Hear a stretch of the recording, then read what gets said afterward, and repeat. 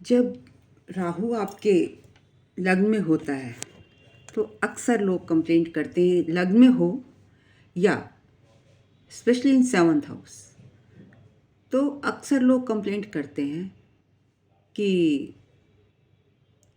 उनके हस्बैंड का या वाइफ के मल्टीपल अफेयर्स है। अब इसकी रेमेडी क्या है, क्यों है? देखिए, जो मैं चाहती हूँ अगर वो मुझे मिल जाए तो मैं उसकी खोज में और कहीं क्यों जाऊंगी। राहु है क्या? ये एक मेलिफिक प्लैनेट है, एक इल्यूज़न है।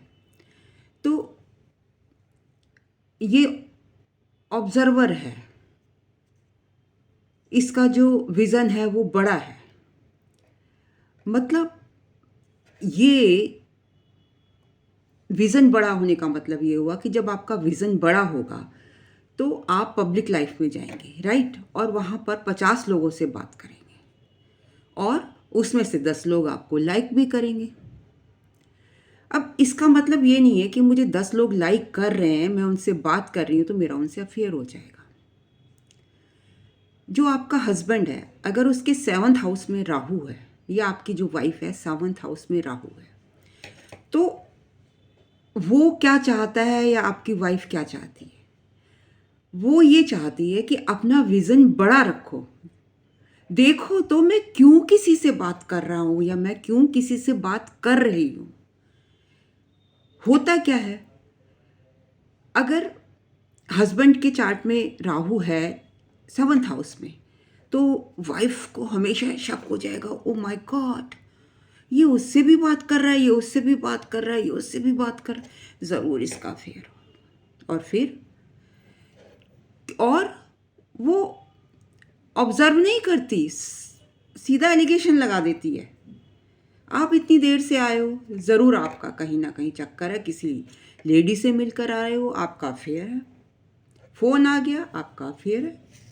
अरे भाई, आपके पति के चार्ट में या आपके चार्ट में राहु है और राहु ये कह रहा है कि ऑब्जर्व करो, इंस्टेंट एलिगेशन लगाने के आप एक दूसरे के प्रति कॉन्फिडेंस रखो और पूछो क्या हुआ, आज इतनी देर हो गई, बस नहीं मिली या क्या हो गया, कोई प्रॉब्लम थी, बॉस से झगड़ा हो गया, या मैंने देखा आप उधर बात कर रहे थे, क्या प्रॉब्लम हो गई थी, मुझे बताओ, मैं आपकी मदद करूंगी। देखो, आपका पति या आपकी पत्नी कभी भी किसी दूसरे व्यक्ति के पास नहीं जाएगा, मल्टीपल अफेयर्स नहीं होंगे। क्यों? क्योंकि आप लोग क्या कर रहे हो ना, तो विज़न सबसे पहले वो कह रहा है कि विज़न बड़ा रखो, अपनी आंखें खोल के देखो ना, मैं किसी से क्यों बात कर रहा हूँ। हो सकता है मैं तुम्हारे ही बच्चे की केस में डिस्कस कर रहा हूँ कि भाई कहाँ पर एडमिशन कराना है, कौन सी जगह अच्छी है, या मेरी वाइफ को कौन सी साड़ी ये आपने खरीदी है और ये कहाँ से खरीदी, ये बड़ी सुंदर है, I too want it for my wife. अगर आपने ऐसे भी बात करते सुन लिया और आकर उसको बता दिया कि मैंने फलां फलां को ऐसे साड़ी पहने देखा, बहुत अच्छी लग रही थी, तो मैं सोच रहा हूँ क्यों ना तुम्हें भी दिला दी जाए। आप ऑब्जर्व नहीं करोगे, पूरी बात सुनोगे ही नहीं। बस उसने कहा कि उसको बहुत अच्छी लग रही थी, आपको आग लग जाएगी और फिर क्या होगा, दोनों के बीच में क्लैश हो जाएगा, झगड़ा हो जाएगा। So this is the reason कि ना तो आपने अपने विज़न को बढ़ा रखा। अब देखिए, foreigners, Rahu is a foreigner, unconventional planet. वो अब फॉरनर कैसे फॉरनर हुआ? अब फॉरेन कंट्री में आप क्या देखते हैं? फॉरेन कंट्री में आप देखते हैं कि लोगों का विज़न बड़ा होता है, लोग एक नहीं 100,000 लोगों से बात करते हैं, फिर भी आप देखते ठीक है मैरिज ब्रेक होती है, लेकिन उनका विज़न हमेशा बड़ा होता है। इसीलिए राहु को कहा गया है, राहु यही कहता है जैसे फॉरेन कंट्री में लोगों के रिलेशंस होते हैं, अंडरस्टैंड करते हैं, तुम भी थोड़ा सा अंडरस्टैंड करो। वेस्टनाइज, वो वेस्टनाइज है, वो भी चाहता है कि आपका वेस्टनाइज्ड आउटलुक हो।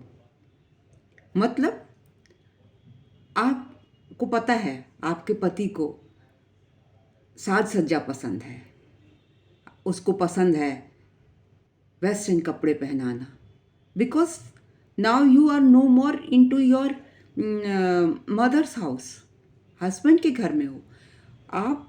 क्या हस्बैंड क्या लाइक करता है, आप उस हिसाब से अपनी अपनी भी एक, आपका भी अपना अहम है, but both of you go to the market and decide, देखो मुझे ये पसंद है, आपको पसंद है, अपनी सलाह से लो। जो अगर देखो आप वो जो काबिलियत आप में नहीं मिल रही, तभी तो वो भाग रहा है दूसरों की तरफ। उसने देखा कोई सॉफ्ट स्पोकन है, उसको फेवर कर रहा है, अप्रिशिएट कर रहा है, तो आप अपनी रिलेशन ऐसे रखो ना। तो ऑब्जर्व अपना ब्रॉड व्यू रखो, ऑब्जर्वेशन ऑब्जर्व करो, और अगर ऐसा करोगे तो आपके 50% केसेस में आप देखेंगे कि धोखा नहीं होगा। कहते हैं ना राहु धोखेबाज है। अब धोखा तो तभी होगा ना, डिसीव तो तभी होगा ना, डिसीव तो तभी करोगे ना। इल्यूजन क्रिएट करता है, मतलब इल्यूजन का क्या मतलब है, ये साफ बात हो गई कि तुम्हें लग रहा है कि उसके उस साथ अफेयर है, लेकिन अफेयर नहीं है। आपकी ऑब्जर्वेशन स्ट्रांग नहीं है। आप ध्यान से ऑब्जर्व कीजिए, बात कीजिए, पूछो तो सही कि यार मेरी वाइफ इतनी लेट क्यों आई है, बाहर बारिश हो रही है। आप सोचेंगे जरूर बारिश में ये किसी के साथ घूम कर आई है, रंगरलियां मना कर आई। अरे भाई, एक बेचारी ऑफिस से आई है, उसको कन्वेंस नहीं मिली, बाहर बारिश हो रही है, सब कुछ है, आप पूछो तो उससे, वाइस वर्सा। अगर वाइफ है तो हस्बैंड से पूछे। तो यहाँ पर इल्यूजन की वजह से सेपरेशन होती है, अदरवाइज सेपरेशन नहीं देता। आप हर ग्रह को खराब कह देते हैं, ठीक है, मैलिफिक है, हर ग्रह की अपनी क्वालिटीज़ होती हैं, लेकिन क्वालिटीज़ इसीलिए होती हैं कि आप उसको क्वालिटीज़ को अपनी लाइफ में उतारते नहीं हो, और maybe lack of knowledge होती है। बिकॉज जिनको ऑकल्ट साइंस का ज्ञान है, या इसलिए थोड़ा सा अपना ब्रॉड विज़न रखिए, अपनी जो नॉलेज है उसको, उसमें भी उसको भी, मतलब राहु हर चीज़ को बढ़ाता है। आपके पास जो भी नॉलेज है, जो भी नॉलेज है, आप उसको राहु है आपका हस्बैंड का 7th हाउस में, तो अपनी नॉलेज को भी बढ़ाने की कोशिश कीजिए। आजकल तो देखिए गूगल पर है, यूट्यूब पर है, हमारे जैसे एस्ट्रोलॉजर हैं जिनसे आप कंसल्ट कर सकते हैं, और आप सेल्फ स्टडी भी तो कर सकते हैं ना कि वाई दिस इज़ हैपनिंग। बड़े बड़े लोगों के आप स्टोरीज पढ़िए, देखिए। अब देखिए, आपका हस्बैंड साइंटिस्ट है, ठीक है, अब वो क्या करेगा, वो हमेशा रिसर्च साइंस में लगा रहेगा। तो आप बोलेंगे रिसर्च कौन देता है, केतु देता है। तो आपको लगेगा कि अरे ये तो मुझे ध्यान नहीं देता, अरे, और फिर क्या होगा, ध्यान नहीं देता, वो पहले ही सेपरेटिव प्लैनेट है वो। तो आप देखो तो सही उसकी, यहाँ पर आप इंटेंशन देखेंगे, केतु के केस में आप इंटेंशन देखो कि वो क्या करना चाह रहा है, वो सबका भला करना चाह रहा है। और जब आप किसी का भला करने चाहते हो तो टाइम तो डिवोट करते ही हो, जैसे मैं कर रही हूँ, मैं भी तो केतु हूँ। तो मीन्स जब आप किसी का, मतलब आपकी इंटेंशन सही होगी तो सब काम आपके ठीक होंगे। ना फिर आप राहु को कंप्लेंट करोगे, ना आप सैटर्न को कंप्लेंट करोगे। सैटर्न क्या कहता है, सैटर्न कहता है मेहनत करो, डिसिप्लिन में रहो, बाउंड्रीज मत तोड़ो। राहु कहता है बाउंड्रीज तोड़ो। तोड़ो का मतलब वो अब इसको आप गलत सेंस में क्यों लेते हैं। तोड़ो का मतलब ये है कि यार दकियानूसी मत बनो। अगर आपके बच्चे out of the caste marriage करना चाहते हैं और आप अपनी अपनी ही कास्ट को लेकर बैठे हो, तो नेचुरली आपके बच्चों का लॉस हो जाएगा, आपका लॉस हो जाएगा। तो वहाँ यहाँ पर आपको वो जो लीक पड़ी हुई है कि हमने अपनी ही कास्ट में मैरिज करनी है, तो जो है राहु डिस्टर्ब कर देगा आपको, आपकी लाइफ डिस्टर्ब हो जाएगी, आपके बच्चे डिस्टर्ब हो जाएंगे, आपकी फैमिली लाइफ, आपके बच्चे डिस्टर्ब होंगे तो आपकी फैमिली लाइफ डिस्टर्ब होगी। तो इस तरीके से जो मेलिफिक प्लैनेट्स हैं वो क्या कह रहे हैं, केतु सेपरेशन दे रहा है, केतु सब कुछ भुगत के आया। भुगत के आने का मतलब ये है कि वो प्लैनेट बना ही मोक्ष के लिए है। और वो जितने आप सिंपल सिटी में रहेंगे, केतु क्या है, सिंपलिसिटी है, आप जितने सरल रहेंगे उतनी ही फुलफिलमेंट ऑफ लाइफ होगी। अब सरल रहने से क्या आप एंजॉय नहीं कर सकते? एंजॉयमेंट तो मन से होती है, दिमाग से होती है, ठीक है, दिल और दिमाग से। खुशी कहाँ से मिलती है? दिल और दिमाग से। क्या सुंदर वस्त्र पहनने से हो जाती है? होती है, लेकिन मेरा पार्टनर क्या चाह रहा है, आप उसके अकॉर्डिंग चलो। अब केतु जैसा जो प्लैनेट है वो तो स्पिरिचुअल भी है, रिसर्च में भी जाएगा, सब तरफ जाएगा, अपना टाइम उधर व्यतीत करेगा, क्योंकि वो नहीं चाहता कि मैं फिर से 84 के चक्कर में पड़ूं। उसके तो जो बचे कुचे कर्म हैं वो सब कुछ भोग लिए, उसने सारे कर्मास अपने एग्जॉस्ट कर दिए हैं। और वो आगे उसे पता है अगर मैं और ज़्यादा दुनिया में उलझूंगा तो मैं तो फिर 84 के चक्कर में चला जाऊंगा। तो जो उसके पास लाइफ के, उसका पेट भरा हुआ है, पास लाइफ के कर्मास जो थोड़े बहुत रह गए उनको वो एग्जॉस्ट करने के लिए आया है। आपके साथ रह गए, उसे पता थोड़े कर्म हैं उनको, या जितने भी हैं टाइम आपके साथ है वो उनको एग्जॉस्ट करने आया है। तो आप क्यों उसकी लाइफ में दखल अंदाजी करते हैं? और आप भी देखिए, आप हर व्यक्ति का जन्म किसी पर्पस से होता है। आपका जो पर्पस है आप उसको पहचानने की कोशिश कीजिए। अब जो केतु है वो आपको सेल्फ रियलाइजेशन की तरफ ले जाएगा अगर वो सरल है। तो इसका अगर आप भी सरल हो जाएंगे और आपको ये लालसा है कि मेरा बड़ा घर हो, सब कुछ हो, आप केतु की बात मानिए, छोटे से शुरू कीजिए, देखिए आपका जो राहु से भी बड़ा हो जाएगा। बस दोनों में मित्रता होनी चाहिए। मित्रता मतलब दोनों को या तो सरेंडर, आप उसको सरेंडर कर दो, जैसे ईश्वर को सरेंडर करते हैं ना। केतु क्या है बेसिकली?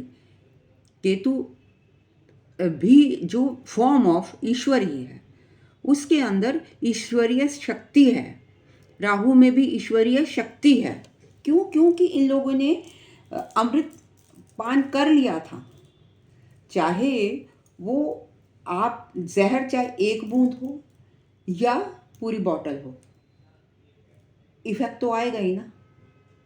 जहर तो जहर है। तो इस वजह से उन्होंने अमृत पान किया था, गर्दन कट गई थी लेकिन वो यहाँ पर ही रह गई थी। और उसने भी किया था तो उसमें भी अंश है। तो इस वजह से ये इनके पास, चाहे ये वो आपको इमेजिनरी पॉइंट नज़र आते हैं, लेकिन इनका एग्जिस्टेंस है। और एग्जिस्टेंस ऐसा है कि अगर आप केतु या राहु की बात ना मानो तो वो फिर आप भूत प्रेत से लिंक करने लग जाते हैं कि ऐसी कोई शैडो है, ऐसी कोई छाया है जो मेरे सिर पर बैठी है, मुझे पकड़ के बैठी है, मुझे कुछ करने नहीं दे रही। जब आप उसको सरेंडर करो, आप उसकी इंटेंशन जानो, केतु की इंटेंशन जानो। और राहु के केस में आप ऑब्जर्वेशन देखिए, मेरी बात मान के देखिए। अगर राहु या केतु आपके 7th हाउस में है, आप उसके बारे में पूरी नॉलेज गेन कीजिए। और अगर नहीं पता है तो आप मुझसे कंसल्टेशन ले लीजिए, किसी और से ले लीजिए, किताब से पढ़ लीजिए। डोंट टेक इट अदरवाइज, ठीक है? और उसके अकॉर्डिंग चलेंगे तो आपकी मैरिज सक्सेसफुल होगी। तब आप किसी से नहीं पूछेंगे, किसी को कंप्लेन नहीं कर। अब देखिए, कई लोग ये भी तो कहते हैं मेरी कुंडली में 7th हाउस में राहु है, हमारी ज़िंदगी तो बहुत अच्छी चल रही है। मेरी कुंडली में केतु है, हमारी ज़िंदगी तो बहुत अच्छी चल रही है। तो आपने देखे होंगे बड़े बड़े योगी, बड़े बड़े स्पिरिचुअलिस्ट, बड़े बड़े गुरु, बड़ी बड़ी गुरु माँ, उनकी कुंडली में भी आप ये योग पा सकते हैं। तो आप मेरी बात को समझिए, अप्लाई कीजिए, तो आप कभी कंप्लेंट नहीं करेंगे। Thank you very much for listening me so patiently. और इसी के साथ मैं आप सभी के भीतर बैठे ईश्वर को प्रणाम करती हूँ।